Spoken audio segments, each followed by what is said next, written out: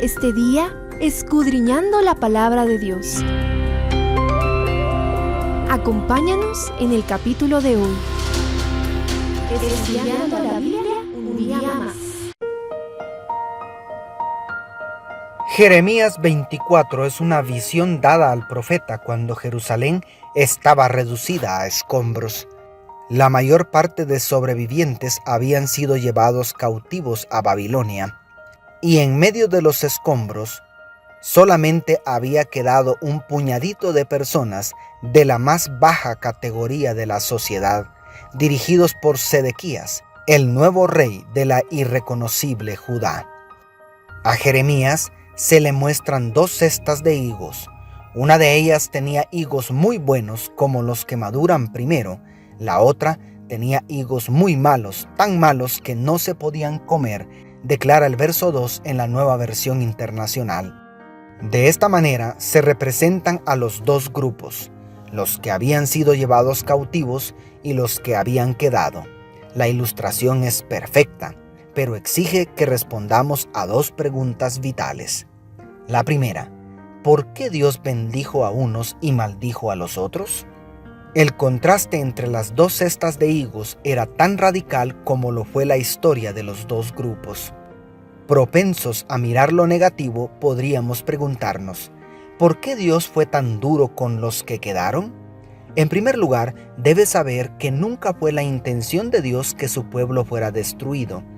Todo el tiempo tuvieron el santuario, una nítida ilustración del plan de salvación que abarcaría a toda la humanidad en Cristo. Pero habían pervertido la religión y hasta los sacerdotes se habían convertido en mercenarios de la fe. Entonces Dios llamó a los profetas para reprender el pecado y llamar al arrepentimiento. Pero no quisieron escucharlos, sino que fueron ridiculizados y hasta asesinados. Y en segundo lugar, cuando la invasión ya era inevitable, Dios envió profetas como Jeremías para decirles que se sometieran al castigo disciplinario porque tenía propósitos redentores. Sin embargo, instigados por líderes en abierta rebelión contra el Señor, se opusieron a Babilonia una y otra vez hasta agotar la paciencia de Nabucodonosor y cerrar la puerta de la gracia, lo que produjo la destrucción de Jerusalén con todo y el templo. Aunque el lenguaje humano de los profetas parece indicar que Dios está ejecutando una venganza bien merecida contra quienes persistían en oponerse a su voluntad, en realidad, Dios únicamente se retiró de quienes le habían rechazado tan decididamente y así cosecharon lo que habían sembrado como nación. Este mismo contraste veremos al final del juicio, cuando unos sean colocados a la derecha y otros a la izquierda del Rey de Reyes. No olvides que aquí y ahora estamos definiendo en qué grupo quedaremos. Y la segunda, ¿en qué consistió la bendición para los exiliados?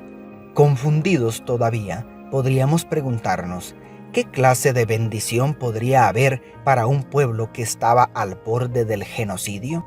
Sinceramente, es muy difícil explicar un amor tan grande. El amor de Dios es absurdo. ¿Qué digo absurdo? Es una locura. Las increíbles promesas de Dios para los exiliados se resumen en los versos 6 y 7. Los miraré favorablemente y los haré volver a este país. Los edificaré y no los derribaré. Los plantaré y no los arrancaré. Les daré un corazón que me conozca, porque yo soy el Señor. Ellos serán mi pueblo y yo seré su Dios, porque volverán a mí de todo corazón. La historia demuestra que prodigiosamente los judíos prosperaron en medio de los babilonios de tal manera que fue difícil convencerlos de volver a Palestina cuando se les declaró libres. Pero Dios va más allá de la prosperidad material. Su mayor anhelo no es reconstruir las murallas de Jerusalén, sino reconstruir una relación íntima con su pueblo. En esto también encontramos una aplicación hermosa para nosotros. El pecado nos exilió de la dulce presencia de Dios. No obstante, su incansable misericordia nos dice a ti y a mí en este día: Quiero darte un corazón capaz de conocerme, porque quiero que seas mío, que seas mía y yo tuyo. Que alguien me explique cómo es posible rechazar un amor así. Dios te bendiga, tu pastor y amigo Selvin Sosa.